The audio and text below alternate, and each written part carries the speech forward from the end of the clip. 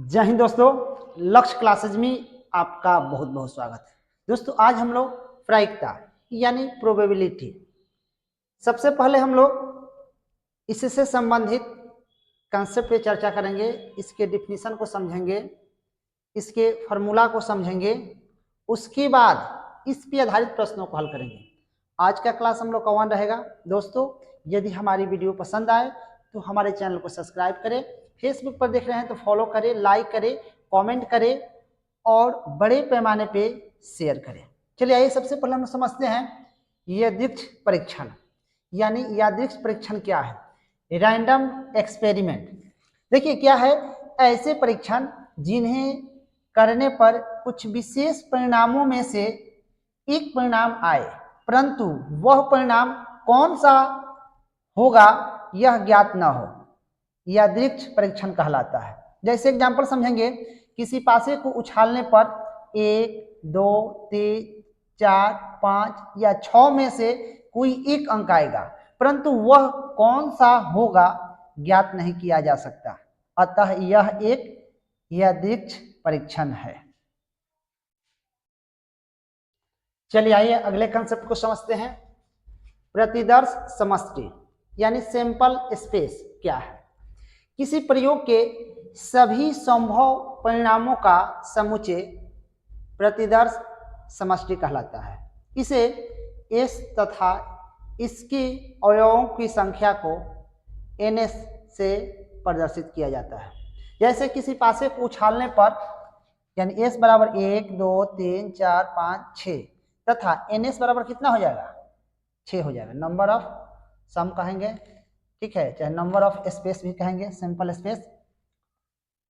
एक और एग्जांपल लेकर हम लोग समझते हैं। यदि ताश की 52 पत्तों में से किन्हीं 3 पत्तों की अधिछाया निकाला जाए तो NS बराबर हो जाएगा 52C3 होगा। चलिए आइए अब अगले कॉन्सेप्ट को समझते हैं। घटना यानी इवेंट क्या है। यादृच्छिक प्रयोग का प्रतिफल घटना कहलाती है। जैसे किसी पासे को फेंकने पर 6 अंकों में से किसी एक अंक का आना घटना कहलाती है। अगला बात समझेंगे, कोई घटना साधारण घटना कहलाती है यदि केवल एक ही प्रतिफल संभव हो, और घटना मिश्र घटना कहलाती है यदि एक से अधिक प्रतिफल संभव हो। जैसे पासे को फेंकने पर अंक 5 आने की घटना साधारण घटना है, जबकि एक सम संख्या आने की घटना मिश्र घटना कहलाती है, क्योंकि सम संख्या 2, 4, 6 में से कोई आ सकता है और 5 आने की तो एक ही होगा। यानी साधारण घटना केवल 5 आने की घटना और मिश्र घटना एक सम संख्या आने की घटना।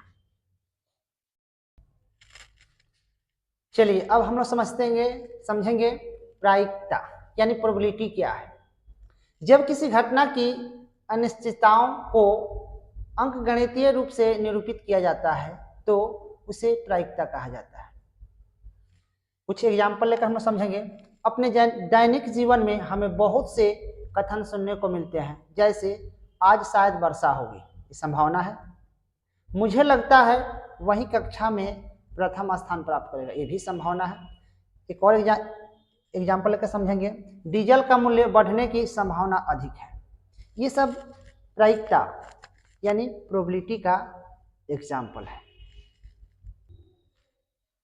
अभी ऊपर के जो एग्जाम्पल थे, यानी इस प्रकार के शब्द का कथन घटना की अनिश्चितताएं दर्शाते हैं, अर्थात हमारे जीवन में बहुत सी ऐसी घटनाएं या बहुत से ऐसे कार्य होते हैं जिनके होने की संभावनाएं कम या अधिक होती है। इन संभावनाओं का ही संख्यात्मक रूप से मान प्रायिकता कहलाता है।